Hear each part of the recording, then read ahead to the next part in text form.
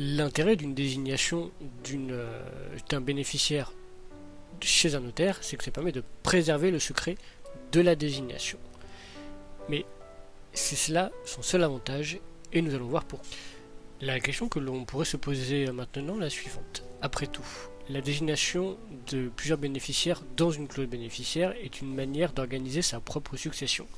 Même si, on le sait, le contrat d'assurance vie possède une fiscalité hors succession, et c'est ce qui permet à des bénéficiaires, par exemple des frères et sœurs ou des conjoints et nièces, de payer des frais, fiscaux qui sont moins élevés que s'ils avaient perçu une partie de la masse successorale du défunt. Et donc, dit de manière beaucoup plus simple, le contrat d'assurance vie est vraiment très intéressant d'un point de vue fiscal, plus pour les neveux et nièces dans le cadre d'une famille uniquement, parce que si dans le cadre du contrat d'assurance vie, la fiscalité est plus faible que pour une succession sans assurance vie pour le même capital. Si je mets 1000 € sur un contrat d'assurance vie, la fiscalité est plus faible.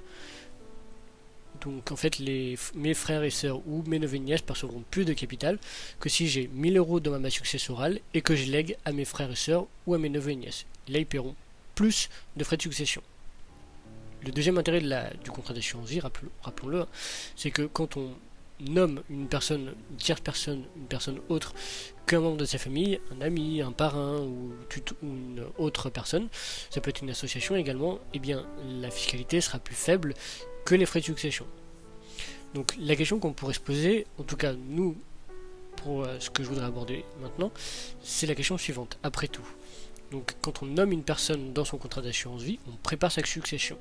Mais le professionnel qui gère cette préparation de succession, qui gère l'après notre décès, n'est-ce pas le notaire? Et donc la question qu'on pourrait se poser, c'est finalement la clause bénéficiaire ne devrait-elle pas être souscrite chez un notaire plutôt que chez un agent général qui est plus spécialisé sur la partie des assurances dommages, habitation, automobile, etc. et un peu plus sur la partie épargne retraite?